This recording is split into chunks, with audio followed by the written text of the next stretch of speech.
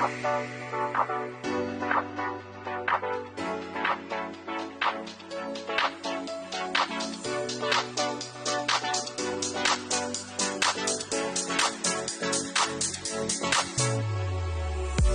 listening to the Dad Whisperer podcast with Dr. Michelle Watson Canfield. Be sure to follow her on Facebook, Instagram, and Twitter. You can find out more about Dr. Michelle at drmichellewatson.com. That's drmichellewatson.com. Here now is your host, Dr. Michelle Watson Canfield.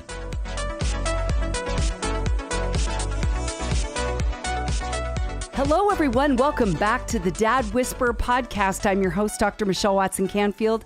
I love that you're joining me here today because this is the place where you as dads get to put more tools in your fathering toolbox that help you be the dad and the hero you want to be and that your daughters want and need you to be, as well as your sons. I know I focus on the father-daughter relationship, but today especially, you are going to see that the conversation I'm having with my guest will also equip you as dads with sons to dial in to their heart space and to kick things up a notch as a dad. Well, you know the grid I use every week. On your mark, get set, go. So dad, just get that picture of standing side by side with other dads getting ready to run your fathering race this week.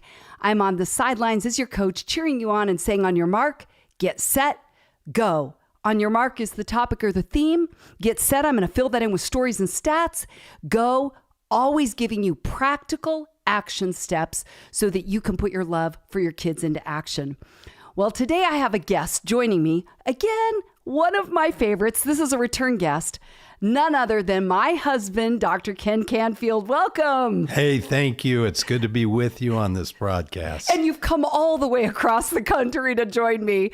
How about across the living room into your office? There you go, into my office, which is now doubling as a recording studio today. So I love that we have space in our home to do this. And, you know, I didn't really even have to bribe him because the topic today is one that is near and dear to his heart. You already probably know the bio on him, but in case not, Ken founded and is president of the National Center for Fathering. You can go to fathers.com to read more about him and glean resources from many years. What, 3 decades now, hon? Yes. Over that. 32 right? years. There you go. As a fathering leader in the nation, he also founded the National Association for Grandparenting. You can go to grandkidsmatter.org. He continues to engage with lots of different organizations in different states around the country.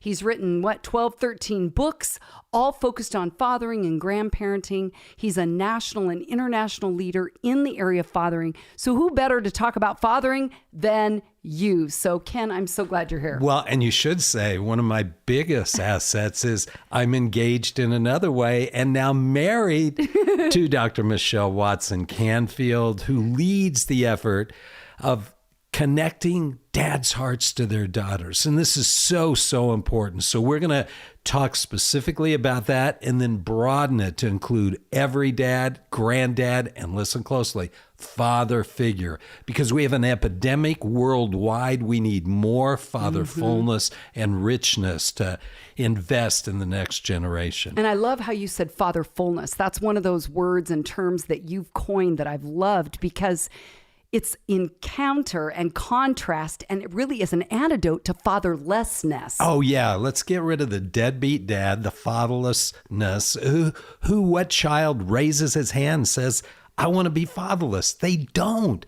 What we need to do is displace what I believe is an evil that is being visited unwillingly on children.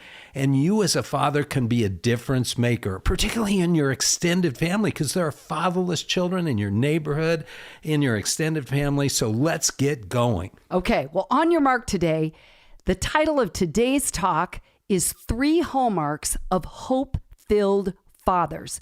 Now, Ken, you coined that phrase. So now for Get Set, tell us a little bit about where you came up with that word. And also, I mean, here we are, on the tail end of a pandemic, really over the past, almost 3 years now, yes, has had a huge impact on our country, on our culture, and in homes. So I want to hear more about how this idea of hope-filled fathering really, in your view, is impacting fathering right now?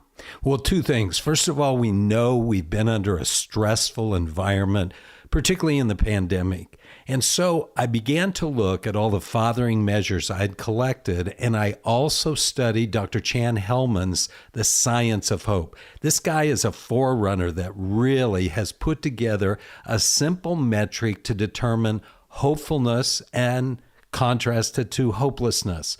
So then what I did, Michelle, is I teased out the data and I used that as an independent variable to come up with these hallmarks. I looked at it and I thought, wow, this is something. But about that time, I was getting called from my good friends in Poland at Tatonet and talk about a place that needs hope. With the war going on over there, with them assimilating almost 2 million refugees, the fathers in that group at Tatonet were bringing in refugee families to care for them.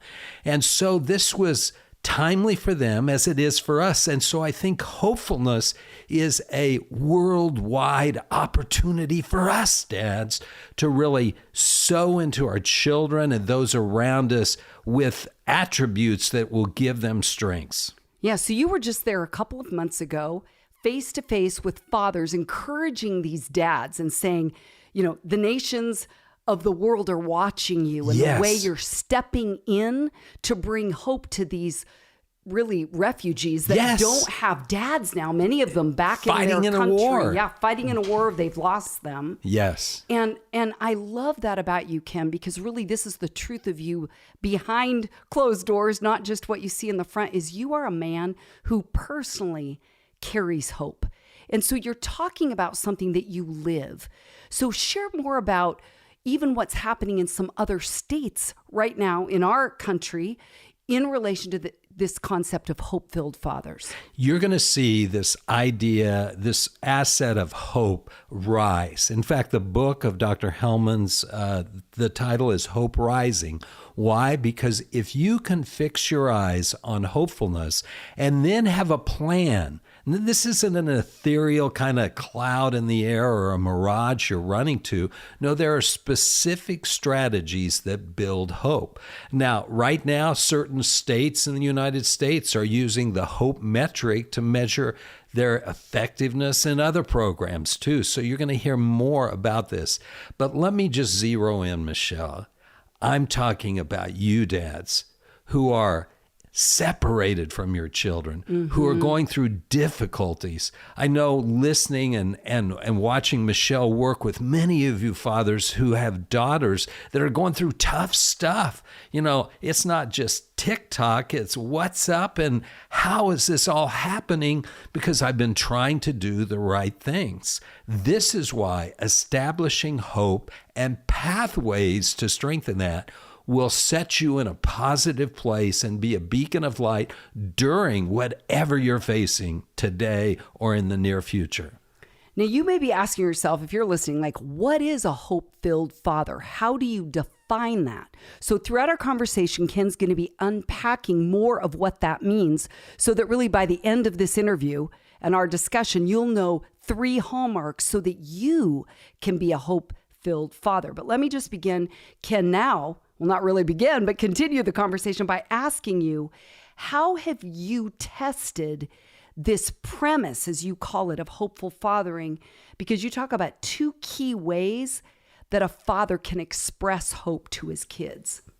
Yeah, well, first of all, as I said, what I did is I took this hopefulness index, and if you have hope, then you see things a little bit differently and you attack issues and plan your day accordingly. But if you're marginalized in a hopeless situation, you're kind of struggling. What do I do? Where do I go? So there are 2 aspects of this to build hope. It's first the way power, how we are going to address the barriers you're facing right now. I don't know what they may be, but there are barriers to keep you from being hope-filled. And then the willpower, which is so critical to any fathering passion. It's that heart stuff, Michelle, that you talk about. So the willpower and the way power then creates an equation that I ran with other data, and I'm going to give you the specifics and the practical things as we go along. Now, I'm so glad that you just mentioned those dads who are estranged from their kids. Yeah. I've said it before, I'll say it again. Probably 75% of the emails that I get from dads across the country are regarding estrangement from their daughters. They're saying, I'm kicked out of the family, my ex-wife is not allowing me to see my kids, or I have some of you dads writing and saying, I don't have hope that it will ever be restored, our relationship, because she has now made me look so bad in the eyes of my kids. They don't want a relationship with me, even if they could reach out to me.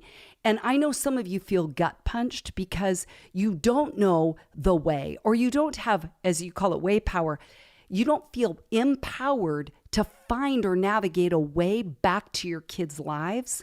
What would you say to that, Dad, and explain way power a little bit more first? Yeah, well, first of all, you get these issues put to you by email because there is a sense of hopelessness. What they find in you and in these podcasts are practical tips to identify those barriers, to break them down, and then to find a way to get around them. Well, first of all, Dad, if you're alone, hungry wolves like lone sheep. Bitterness ferments and takes you the wrong direction. You need to find someone else. And as I've seen Michelle just go through these emails and spend time. And coach dads and now. Coach dads. More and more, right? On you Zoom. have been that counsel to them. You, as a dad, have counselors in your neighborhood or in your church or in your community that you need to be able to share with and to talk this stuff out. If not a counselor, it could be a friend, another dad, right? Your workout buddy. Yeah. But just get it out, vent it.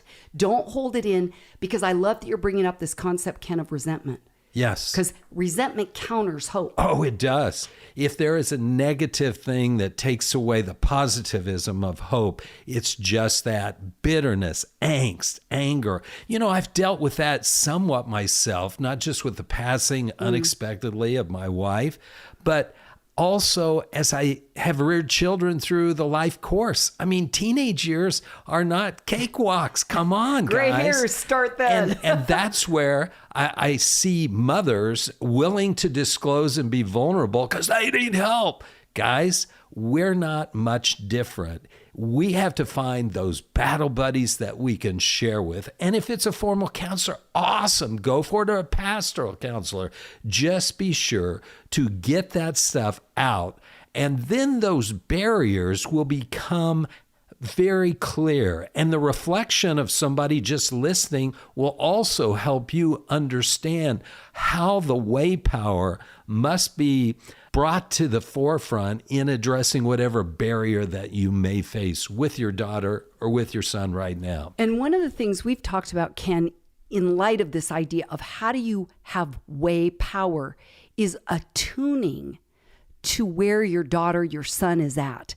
And I love this concept of attunement because I, as a therapist, a clinician, 28 years now, I'm often attuned, if you will. There's a great psychobabble word, Dad, to add to your vocabulary, is attunement simply means as you're there with your daughter, with your son, that you're dialed in to their experience. One author, I love this book, Try Softer, by Andi Kolber. Here's how she defines attunement.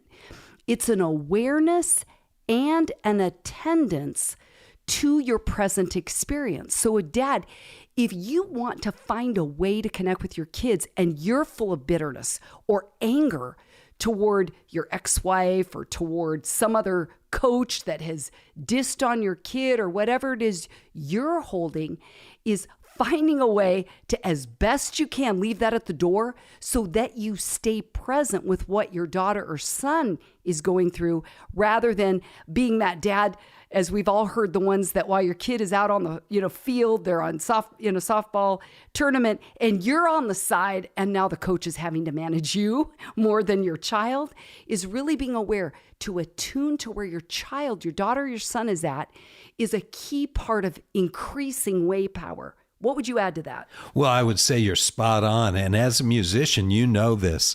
If you get that, whatever you call that pitch thing, or you get the pitchfork or harmonic balance, it gets you in tune with what needs to happen. And guys, let me tell you a secret. there's another father who's all over you. He wants you to succeed. You know why? He's vested in your name. Now, that doesn't mean God is masculine. He's genderless, but what he has disclosed himself is as a father. So that's the harmonic pitch you need to tune into. Now, the attunement piece, let me give you some practical things. First, it's knowing your child. Do you know the situations that's causing her angst or anger or just embarrassment? If you know your child's temperament, personality, and their attributes, that puts you in tune with what God has given you to steward. The second thing is your ability to listen. Oh my gosh, Michelle. I've talked about that I know this, but it's not just listening from across the room. Hey, how'd you go to school today? No, it is getting close. That fathering warmth and closeness creates an openness as long as your voice isn't harsh, that it's welcoming and listening.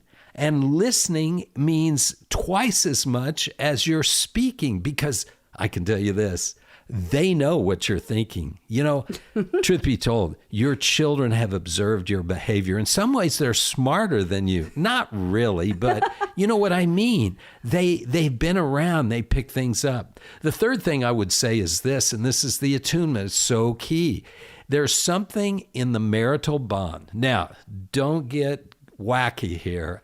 I don't mean if you've gone through a divorce that you go back into the, past where there may have been failure and falter. No, if you're in a relationship now, make that relationship the attunement with that mother of your child or the woman you're now married to the best it can be. And what that does is sets a precedent for your daughter. And I would even say, to springboard off what you just said, Ken, is that if you are a dad who's either divorced and you're not dating, or you've moved now toward dating someone else, or you're remarried, you have an opportunity to let your daughter and your son, of course, see what can happen when there's restoration. Yes. Oh, when you now are modeling that's right to them a different way forward. Because if we're talking about hope-filled fathers, being committed to modeling a way through a challenge, it's showing them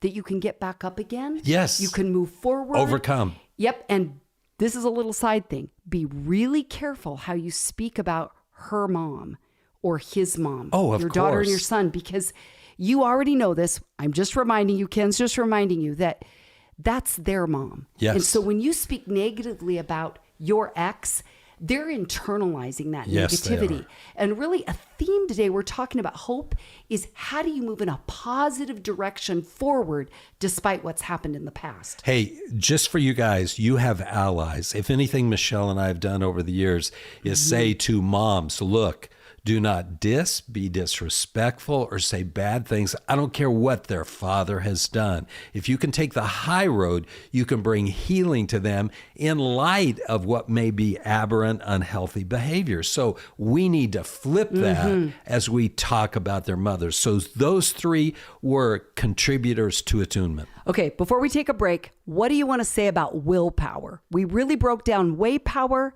and I know that you have said, I love this, that when willpower and way power intersect, correct, hopeful fathering is present. That's right. Okay, very quickly, it's the commitment factor. It's the resolve that you have. It's the consistency in your behavior. Can your kids count on your promises? Are you modeling behavior you want them to emulate? You can't be talking out both sides of your mouth, and this is a no-brainer. But commitment is that resolve. When the tough comes down, you get going. So I encourage you just to focus on that and make sure those modeling that you're doing is so important.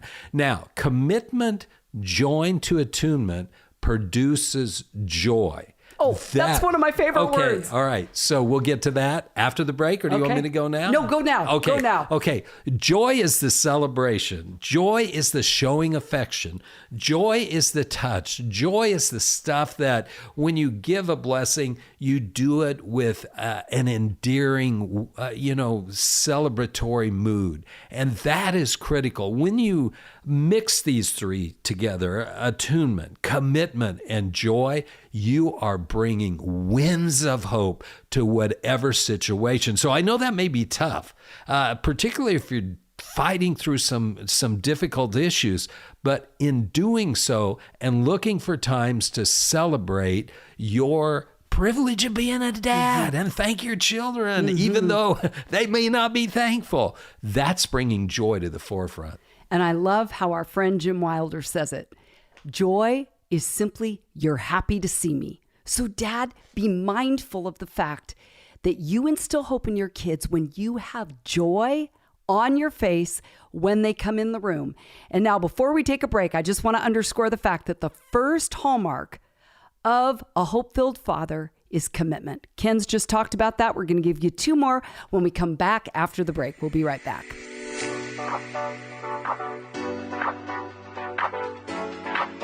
Are you a dad who has ever desired a deeper connection with your daughter, but haven't known how to go about it? Let's Talk Conversation Starters for Dads and Daughters is the very resource you need. Dr. Michelle wrote it with you dads in mind. This book will support you with scripted questions, equip you to decode your daughter, and inspire you with stories of other dads and daughters. Don't wait any longer to be the hero you want to be and that your daughter needs you to be. So, to let the talking begin, head on over to drmichellewatson.com/books and order your copy today. This book will become a favorite in your fathering toolbox and will give you the answers you've been looking for. That's drmichellewatson.com/books. Now, back to the Dad Whisperer podcast.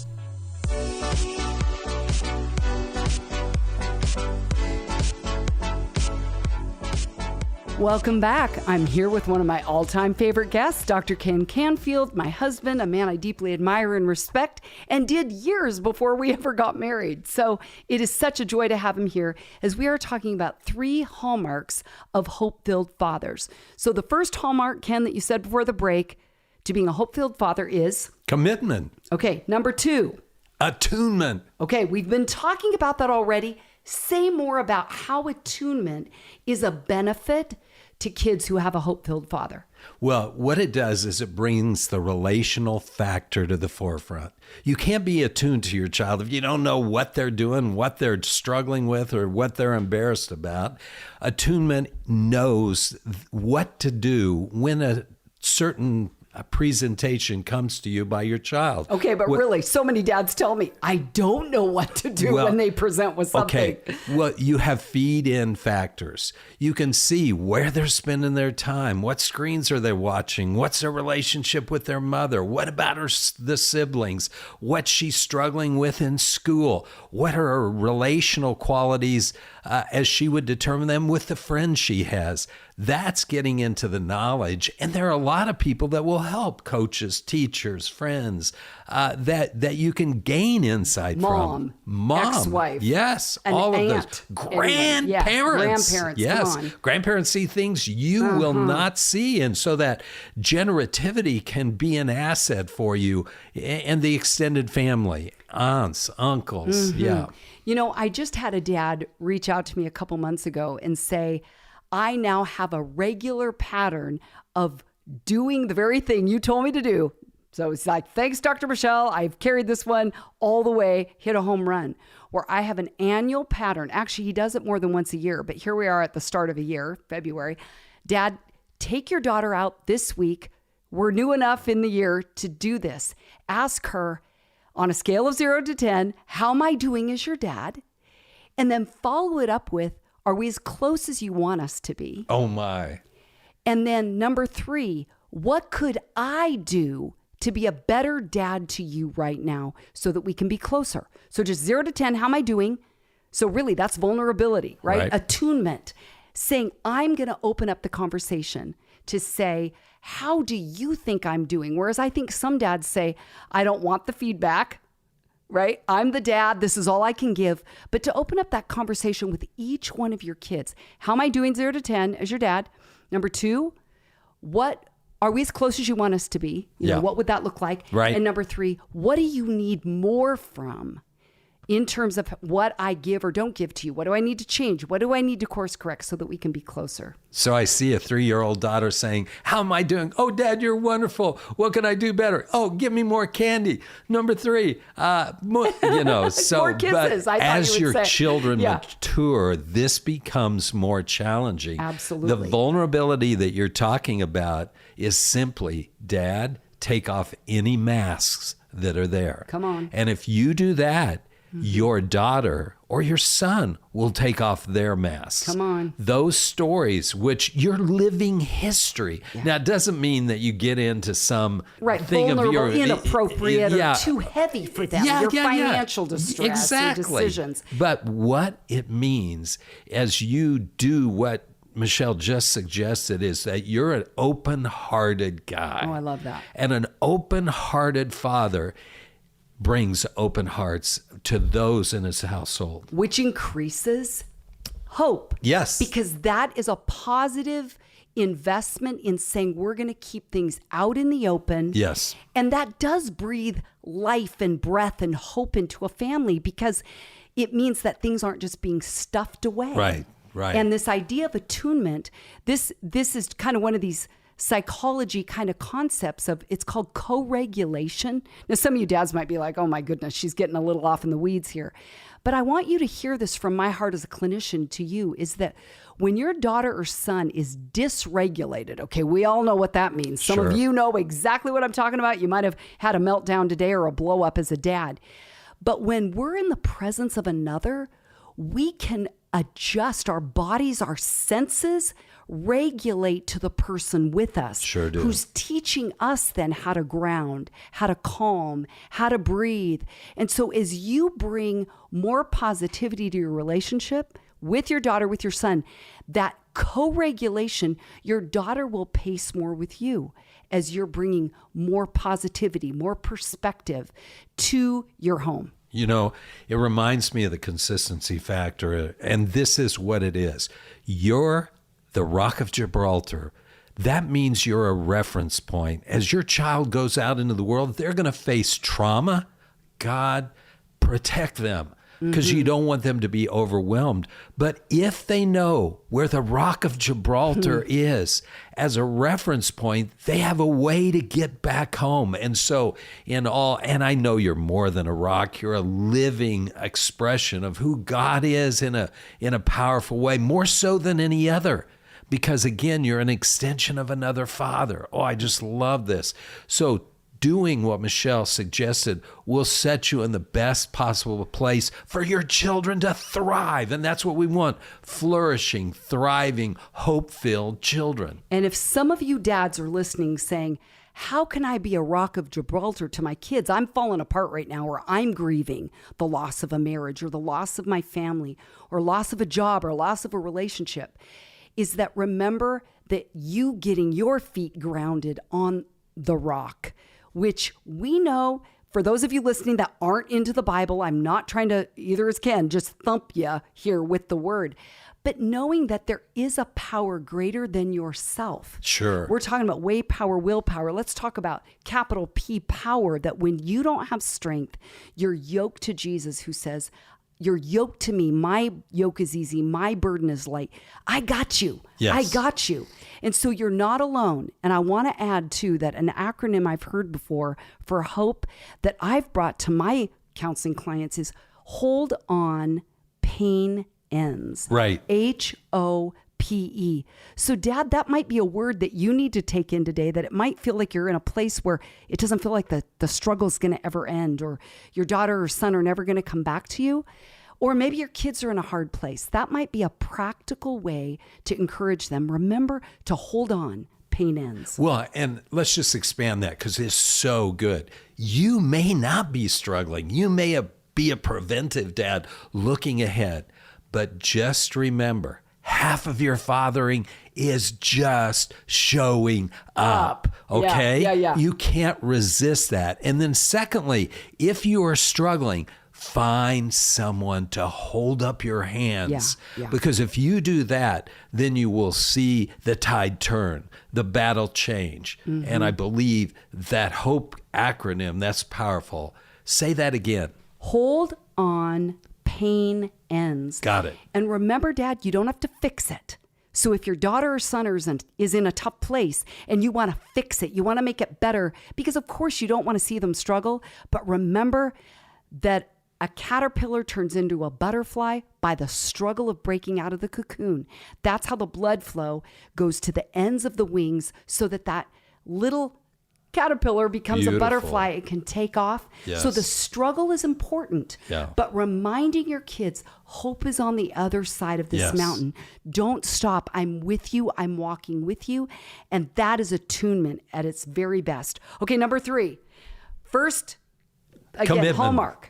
Yes, of Hope-Filled Fathers, commitment. Number 2. Attunement. And the third one, we've already talked about it a little bit, but before we land the plane, we're going to talk about the third hallmark of a hope-filled father, which is Joy. Say more about that. Joy is the thing that makes the neurons spin in your brain. And as you think about, and I say spin, it lights up the brain. When you're filled, it's one of the classic emotions. It's the, aha, you're beautiful. Oh man, I can't believe that you're my child. Where did you come from? Now, it's just not in the outward appearance, but it is so important because, as Michelle's reminded you before, a girl's best friend, a young woman who's going through adolescence, is the mirror. Her worst enemy is the mirror. Well, Dad, you are a mirror, and blessing her with positive messages is going to be key. Second, celebration. Celebration and showing affection are the subsets of what joy brings to the forefront. Showing affection, that surprises me. Say more about how that ties into joy. Yes. Well, I don't know if you've experienced this, but I don't think my dad touched me till I was about 2 years old. I was born in the last century, as many of you, and it just wasn't. It wasn't a thing engaged. Back then. Men weren't in the delivery room. You were kept out. They were smoking cigars in the waiting room. Totally. It was nuts. In a hospital. Yeah. Okay.